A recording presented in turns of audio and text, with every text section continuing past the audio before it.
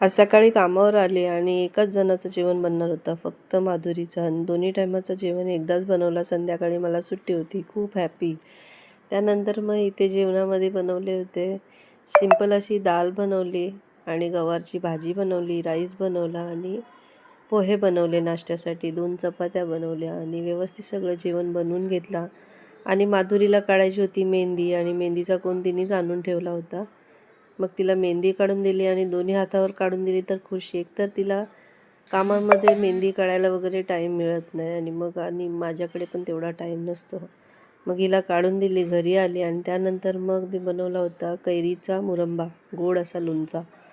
आणि याची रेसिपी मी तुमच्यासोबत नक्की शेअर करेन. आणि इथे छान असा बनवला, फॅनखाली थंड केला, एका जॉरमध्ये भरून ठेवला. आणि आर्याला भूक लागली होती, या लोकांना चीज ऑमलेट असं बनवून दिलं आणि त्याच्यासोबत पाव असं शेकून डबल असं करून मग या लोकांना नाश्ता दिला. या लोकांनी खेळणींचा अतिशय पसारा काढला होता आणि ही 3 मुलं आहेत, पण खूप बाबा सतवतात कधी कधी.